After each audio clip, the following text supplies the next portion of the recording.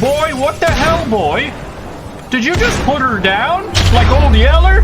No, you sniped him from the west.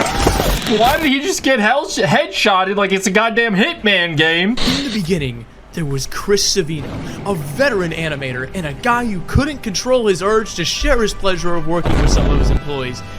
Until he got caught up sharing his pleasure of working with some of his employees. Oh. But strong affinity for drawing the main character, Lincoln, and his sisters in, let's just call them sensual situations. Oh my god, you know, Lincoln from the Loud House shows up to the TikTok Riz party? What do? I'd skibbity. I mean, I'm so sorry. I didn't know he was sick. Poor guy, get well soon. I hope he's better. What if I told you the longest work of fiction ever written is a Loud House self-insert fanfiction that has, count 'em with me, 1. Does self-insert just mean you wrote yourself in the story? I assume? 2, 3, 16,777,215 words at the time of writing. Why? And believe it or not, That's a lot of words, brother. That's more words than I know. At what point do you want to start something else, no? Pablo being dropped into a pit of wind spears. That's what I mean by how insane all this is. This one, she's so fat, she's bouncing him away with her big old belly. Okay, that's enough. I don't like that. It's needlessly dark, for sure. Hi, YouTube. Freaking today we're reacting to another video. Dude, this one is about The Loud House. Show on Nickelodeon, I'm pretty sure. It's Nickelodeon. I freaking played the Apple Arcade game, so I have a limited experience or limited exposure to the franchise, I'd say. It is the worst fandom you've never heard of by Jax. Let's give it a look-see. What if I told you, somewhere among the annals of recent internet history, Annals? there lies a fandom so hilariously awful that it might be the worst out there. That's right, worse than furries, worse than bronies, and definitely worse than Roblox transfer games. Transfer games? Okay, I don't even know what that is, but freaking, that's a bold claim, dude. What could be so bad about them? They're just having fun. They're just having fun enjoying a TV show, right? What could go wrong? What could be wrong with that? Is this what the show looks like? Ain't no way. This is sad, dude. What the hell?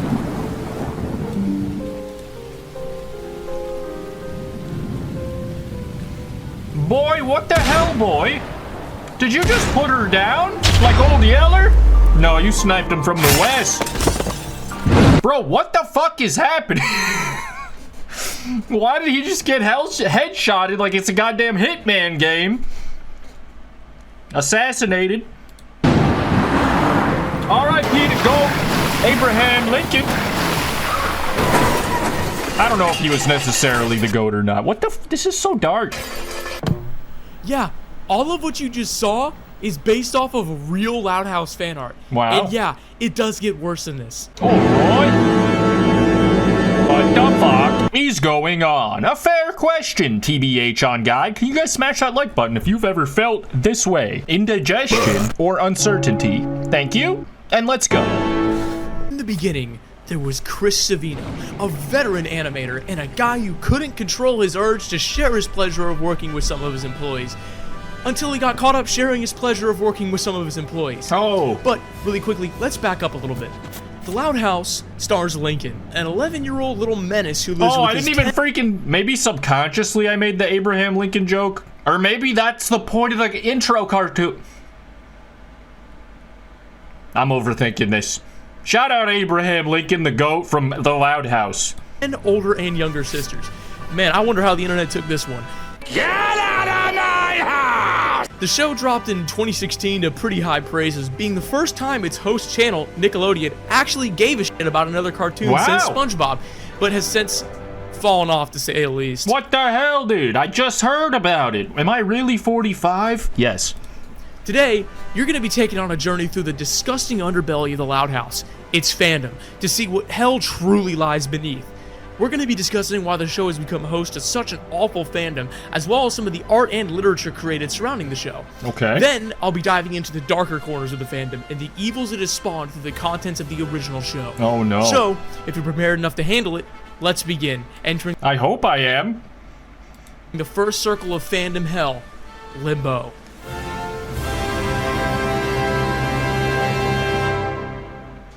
All right, now I'm ready. Quickly, we have to do two-buck troop roll call. What the fuck is happening? To discuss the relatively benign things this fandom partakes in, as well as why it has gotten so big in the first place. The fandom has essentially spread its wings over multiple platforms since its inception, and isn't always awful. Anyways, the nicer parts of the fandom are usually found in more public spaces like Twitter. DeviantArt, kinda, where there are actual moderation teams and people who don't like seeing. Usually, most fan art at worst involves creepy self-inserts, but usually is redrawn scenes from the show or putting the characters in new places. That should be about it for Limbo, so let's descend into the next circle. Not loosed. For some reason, there's a large portion of this fan art community that has a strong affinity for drawing the main character, Lincoln, and his sisters in, let's just call them sensual situations. Oh my god, you know, TikTok Riz party. Lincoln from the Loud House shows up to the TikTok Riz party? What do? I'd skibbity slide.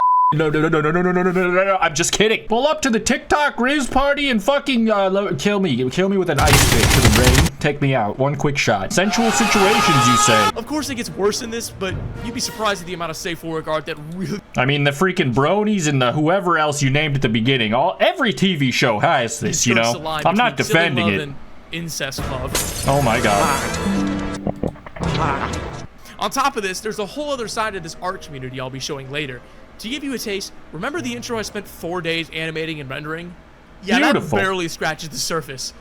The Loud House Gore art community is booming. Lori Loud in a horrific car accident here, Lincoln Loud undergoing chemotherapy there. What the fuck? I mean, I'm so sorry. I didn't know he was sick. Poor guy. Get well soon. I hope he's better. I'm sorry that happened.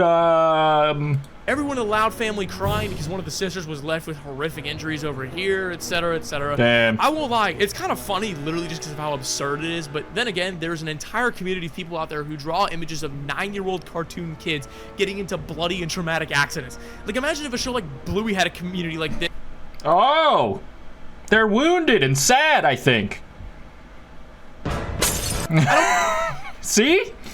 It happens to everything. Nothing is sacred, dude. Someone's probably out there just fucking hot under the collar about the lonniedos reaction show in a way that we can't even perceive, dude. I'm sure, and I'd be offended if that doesn't exist. Come on, no one gets left behind. I don't want to get too carried away. There's just enough of this shit to make an entire ass section going over some of it. Anyways. I was kidding. Shame on you. The next section is one of the most mind-blowingly hilarious things I've ever shown on this channel, and I think you'll agree. None of this is very Christian. Dude, these animations are fucking sick. When we think of the long-winded epics of fiction, one's mind usually points towards the Epic of Gilgamesh, Homer's Odyssey, War and Peace, or Christian's biography.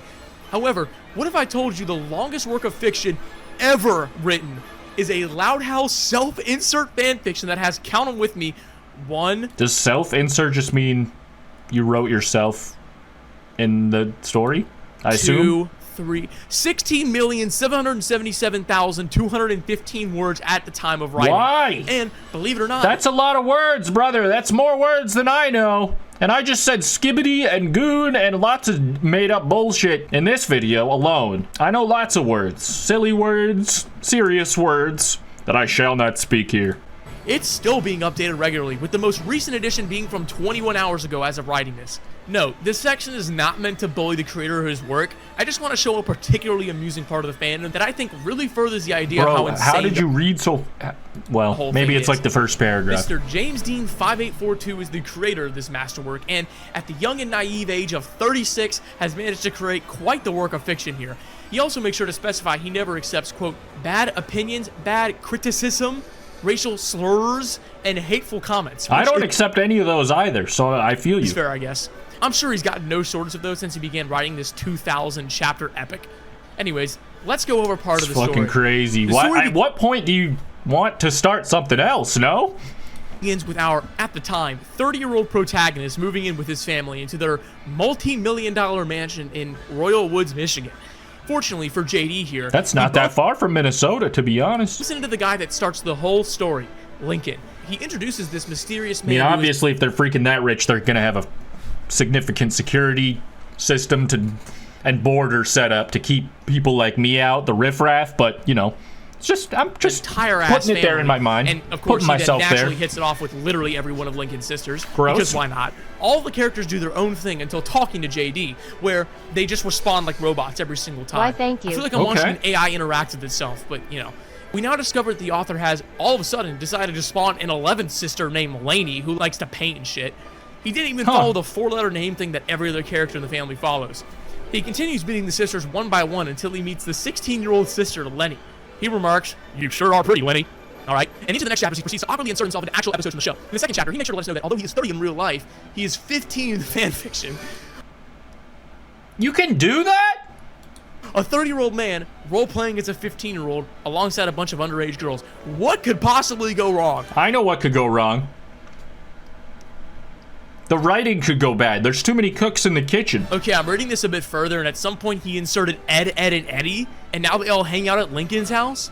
He also has this... I mean, 16 million words, brother. They got time. They got time to bring in whoever. Segment where they view into an alternate gender-bended version of the Loud House. Of course. And I quote, "We saw Lynn Sr. and Rita's counterparts crying as the older boys were taken away in police cars and the younger boys were taken away by child protection services." What? What? Anyways, skipping ahead 1900 chapters, there isn't...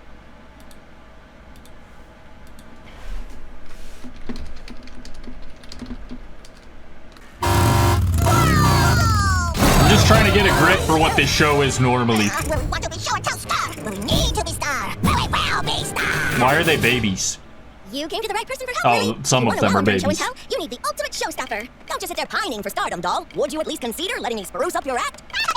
Now you give it a try. Okay, so it's just a normal-ass cartoon show where they don't die or kiss their sisters or meet at Ed and Eddie. Gotcha. a single recognizable character left other than the author and an occasional loud sister.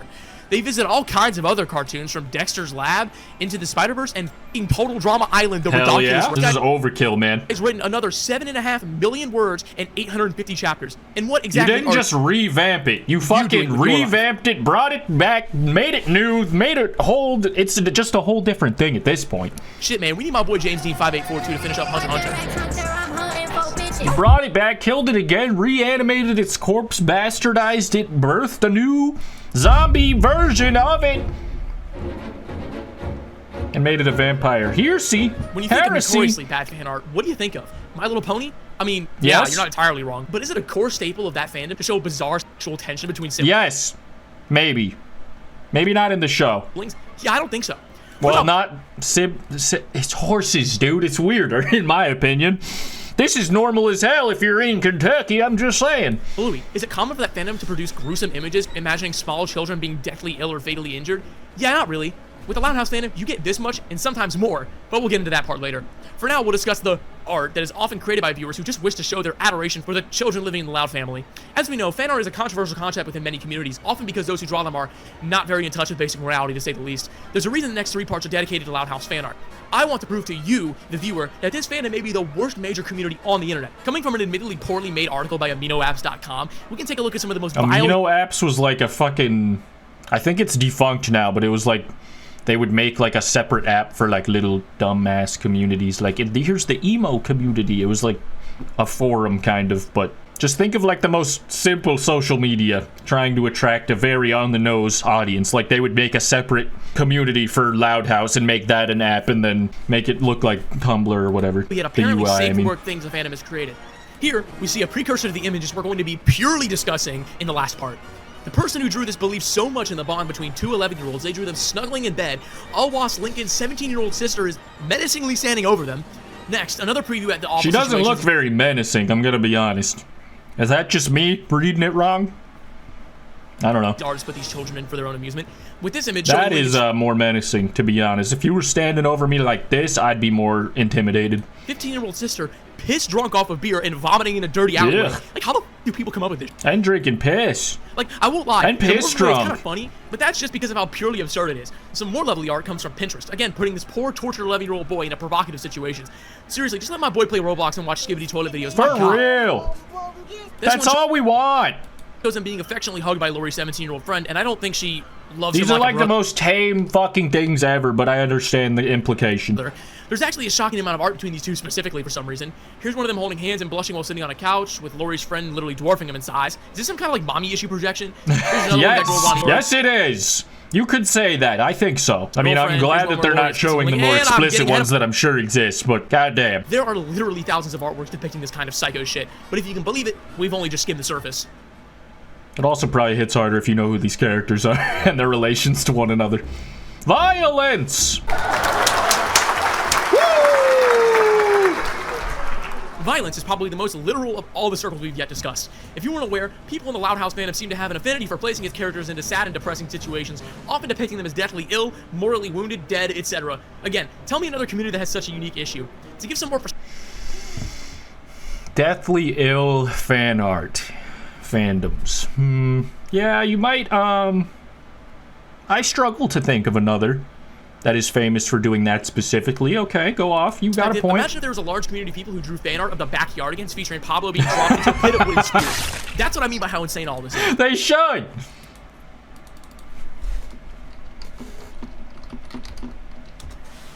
Backyardigans die.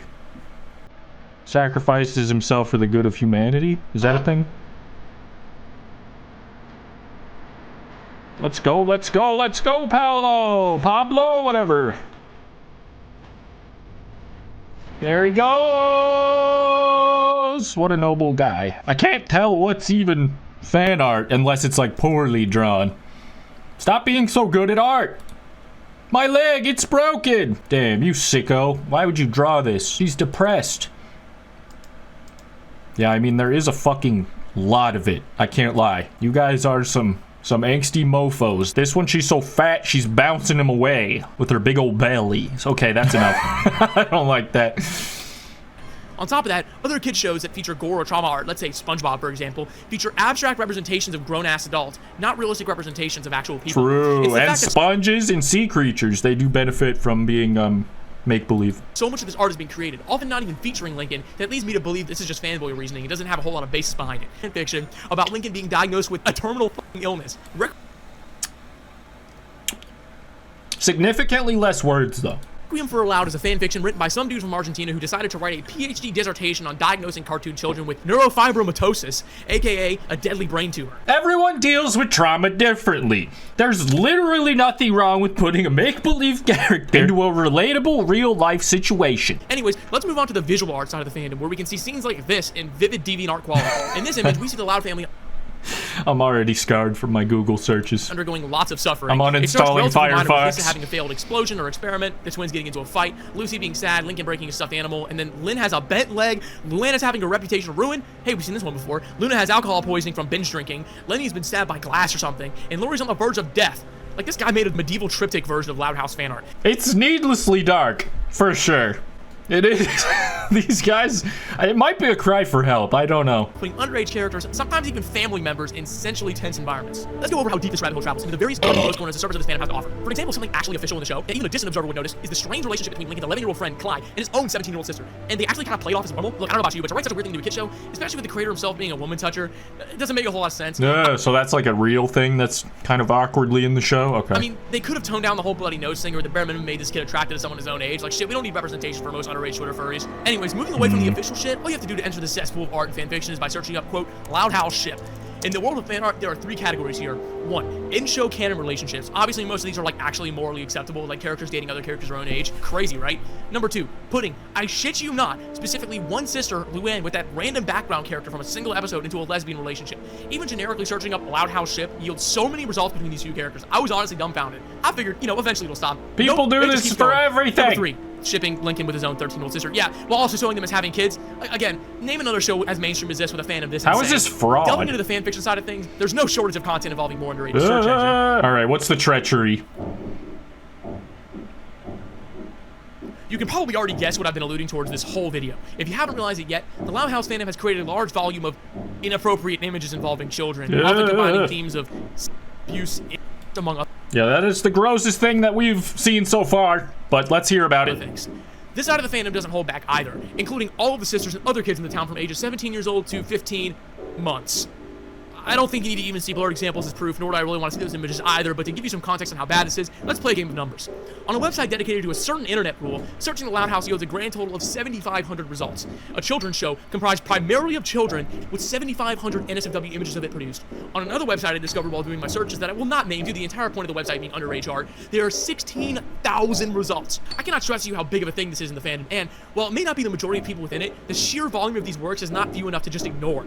If the few and the proud within the Loud House fandom end up seeing this video, I can almost guarantee the argument about it being a small part of the fandom that we do not agree with will come up. And while you may not be wrong in the objective sense, the fact this type of art is so voluminous compared to other fandoms is the true issue here.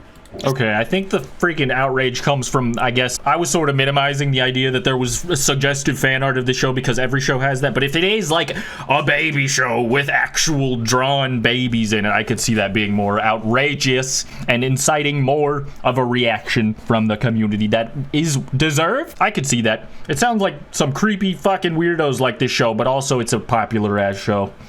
So, I don't know if it's the worst one, but freaking good video though. I really liked the animations and shit. I'll link the full thing down there in the description, but freaking shout out Jax for looking through this smut and presenting it to us so we don't have to. How do you guys feel about the Loud House? The franchise, I guess. Have you watched it? Are you a fan? Thank you guys for freaking watching this reaction video with the like button if you enjoyed it. Subscribe if you're new. I'll see you in the next one. Peace.